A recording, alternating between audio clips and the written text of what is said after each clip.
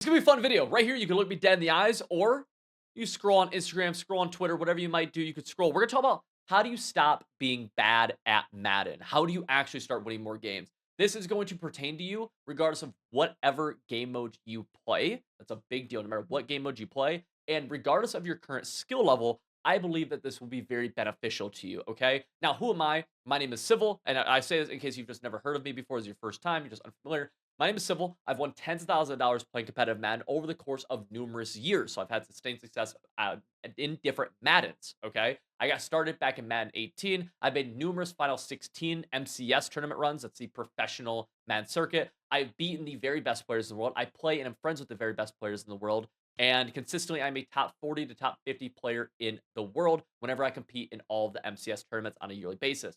With that being said, let's talk about how do you stop being bad at Madden. And I think one of the absolute biggest things that we can begin with is the idea, and this is going to relate very similarly to real football, where we need a game plan on both sides of the ball. In Madden 17, when I first started taking the game seriously, I started running a formation called Pistol Strong. Pistol Strong was inherently not a good formation, but I personally liked it at the time and I had fun running it. When I developed a game plan out of Pistol Strong, and what I mean by that is how I'm going to attack different defenses, what plays I like, what are my actual pass plays that are, I would call my bread and butter, right? Not just random plays, but my bread and butter plays that I got reps with. When I developed this offensive game plan, I saw my win percentage shoot up. And mind you, it was objectively a bad game plan, but a bad game plan is so, and like, it's not even close. A bad game plan is so much better than no game plan. So if you're somebody who often goes into games, kind of calls plays at random, especially if you use coach suggestions, like we got to get off coach suggestion. But if you're somebody who calls plays at random, they can even be like okay plays, but you're kind of calling them at random, you have no reps with them. It's going to be really hard for you to win. And if you're somebody who does that right now, one, acknowledge it, and two, honestly, that's a good thing in the fact that it's one of the easiest ways to get better. I just told you how to get better. Start developing a game plan. Now, there's a billion different ways to do this, but ideally the way you do this is find a couple plays that you like that are high percentage and start building around them, right? Start running them, start running other plays that look similar to them from the same formation. And from that, you're going to start building a game plan. And then from that formation, we're talking purely offense right now, but the same idea applies to defense. You take that and you say, how do I beat man coverage? How do I beat zone coverage? How do I beat blitzes? Okay. Those are the three. Those are the big three right there. How do I beat man coverage, zone coverage, and then blitzes? And blitzes applies to zone and man. So you have to kind of take that and be like, how do I beat man blitzes? How do I beat zone blitzes? Notice I'm not saying how do I beat cover two, cover three, cover four, or stuff like we're not. Nope.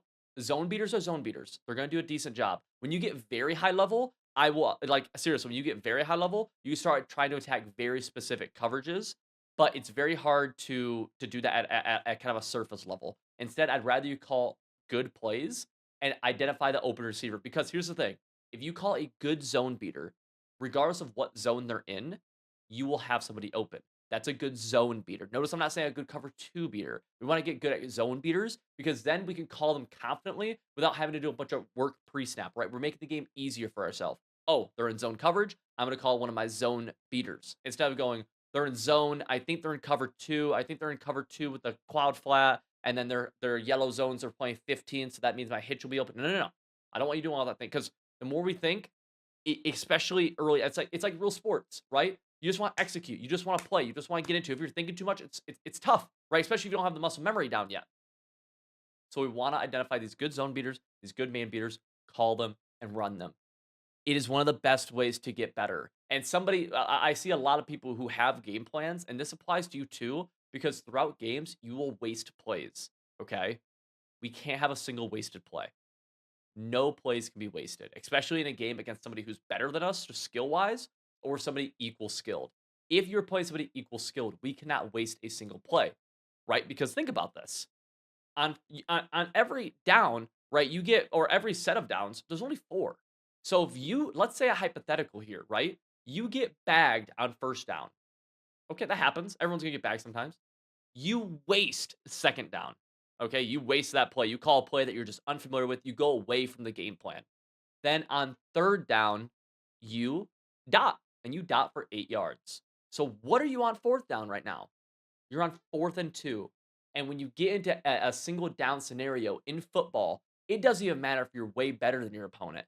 Anybody could get a stop on any singular play, right? Is that fair to say? You could stop the best players in the world on one play, especially with if everyone wants to throw out, "Oh, Madden fluke, Madden fluke." Well, okay.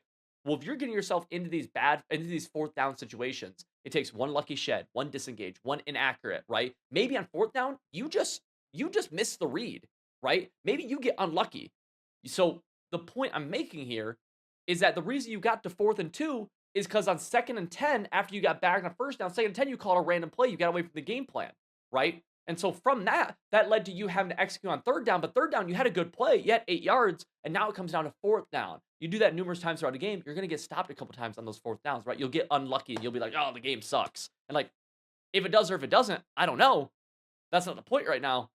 The point is that you wasted 2nd down. You shouldn't have been in that situation in the first place. The same thing applies to defense as well, okay? Literally, exactly, bar for bar, right? You bag somebody, then you kinda call random coverage where you're like, "Oh, I just wanna mix things up for some reason." You're calling something that you're unfamiliar with, and then you let them get a big play. It's like, dude, you had them on 2nd and 10. Had you locked in, you could have forced a 3rd down, and on 3rd down, maybe they would have wasted a play, forced a 4th down. Now you have a chance to get off the field. Instead, you decide to get all willy-dilly, do all this extra nonsense, and guess what? Just like that, you let up a 1st down, right? You wanna put your opponent in those situations that we're trying to avoid on offense, right? You want them to have to be a good player, to have a game plan, to have to be able to execute, and to have to avoid those 4th downs. Because for me, and you see in our videos all the time, I talk about it so often, and so often I am proven right in these videos, that we post every day gameplay, right? You can see me work through this in real time in our gameplay videos. I'm not just spewing random nonsense. And you can also hear me call myself out all the time in these videos. I'm wasting plays. I'm wasting plays. I'm not executing, right? Where if your opponent is getting on 4th down consistently, okay. Even if he now, obviously, we don't want them converting, but even if they are converting, it's a scary way to live, right? To beat us in any Madden game, they should have to score, in my opinion, they should have to score 21 points. If they do not score 21 points, yet they still win the game, most likely this is an offensive issue, not a defensive issue.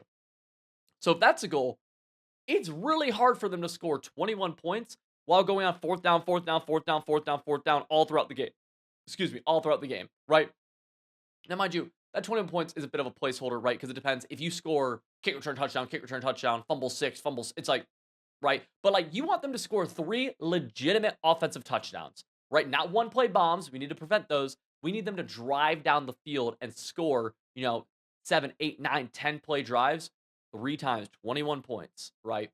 And if they do that, hats off, man. And maybe they do have a struggle game where they convert 4, 5, 6, 7, 8 fourth downs. That's pretty unrealistic. If they do, tip your cap, and then you got to keep up on offense. That's also a thing, right? Offense and defense, it's team football. We're playing all around football. Even special teams plays into that, right? Although I feel like in Madden, not as much as like real life, as you'll hear it, but like complementary football is a very, very, very big deal.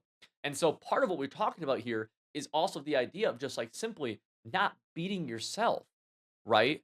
And a big part of that is turnovers on offense. I see so many people have good drive or good play, good play, good play, good play. Then it's the one bad play, right? It's like we got to be disciplined, right? We can't be forcing the bad throws. It's okay to throw the ball away. What's not okay is throwing that pick, especially to a CPU defender. One of the biggest pieces of advice I can give you to kind of critique yourself is that if you are throwing interceptions to the CPU, you need to take a step back and look at how you're passing the ball because you're missing something, right? CPU interceptions just shouldn't happen. Literally they shouldn't happen. Now, mind you, if the ball goes through your receiver, if you have an inaccurate, right? We're critical thinkers here, so we understand what I'm kind of getting at here. Where if you're throwing a pick, where the CPU is just able to go boop pick, you made a bad read, and we need to something's wrong here. Just a good rule of thumb for myself. I'll catch myself every once in a while throw a CPU pick. It's pretty rare, but when I do, I'm like, yo, I need to lock in for a second because this was bad, right? It's just something to keep in mind. Notice how I didn't talk about anything of a specific play. I didn't say you need to run gun bunch wide, gun bunch whatever, trips tight in this, trips tight in that, this blitz, that blitz, right? I talk about concepts. These are things that apply every single year. I use these exact same ideas when I have to lock in and get good at the game. The next kind of step to this, and this is really like this is really a big step, is from that, then you need to learn how to beat the meta. right? And ideally, inside your game plans, you're beating the meta already, but you really need to lock in on beating the meta. The meta, long story short, all this is it's not. So many people call the meta the most effective tactics available. That's just not. That's not accurate. And I have like numerous proofs of that in like previous Maddens where the meta was not the best available stuff. Instead, all the meta is that the meta is just the most popular things. So let's think about this. If you and usually it is good, right? Because mostly things become popular because they're good, but that's not actually always the case. I can think of Madden 23. There was a play PA slot corner, which was meta. It was not the best play in the game by any means. It was good against a very specific defense that was meta for a second, but nonetheless. So think about this though. If the meta is the most popular stuff, that means what does that mean? That means it's going to be ran the most likely, right? Because it's meta. It's most popular. People run the most popular. That's literally the definition of it. If you're good against the meta, what does that mean? That means you're going to be good against the stuff people run the most often. If you're good against the stuff people run most often, you're going to be good against most of your opponents then, right? Because most of your opponents are running the meta. If you're good against most of your opponents, you'll probably beat them, right? Because you're good against them. Therefore, you're better than them. Therefore, you beat them. Therefore, you win a lot of games. Just like that. You're a top 10% player in the world. Seriously. And if you get really good against the meta, like you're really good against the meta, you'll become a top 100, top 100 you could break into. That's one of my biggest strategies every single year when I get into competitive play. And mind you, this past year, I didn't do it a ton. I only played in 2 tournaments this past year, or maybe it was 3. I missed 3 tournaments. Um, but it's what I do every year where I just get really, really good against the meta. And guess what? Propels me to top 100 every single year, easily top 100. Then from there, it's like, okay, executing against the extra bit, which some years I'm better than other years at. But I'm telling you, like, that's the secret, right? That's the secret. All right. So hopefully this is cool. Hopefully it's helpful. Let me know. And leave a comment, right? See you guys all in the next one.